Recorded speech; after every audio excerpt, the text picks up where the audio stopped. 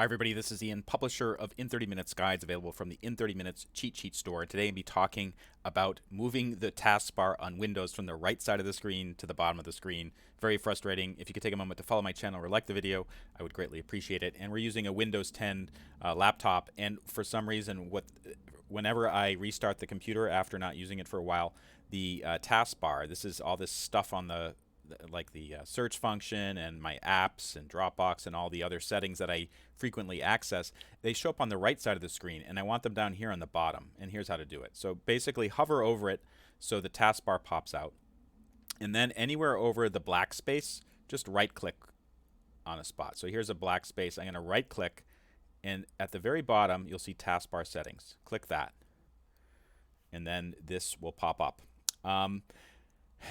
There's a long list here, and actually what we want is right toward the bottom. Taskbar location on screen, you can see it's right. I'm going to switch that to bottom. And there it is. You can see how it just switched over here to the bottom. That's exactly where I want it. Actually, if you wanted to, you could put it on the top or the left or whatever, but I like having it at the bottom.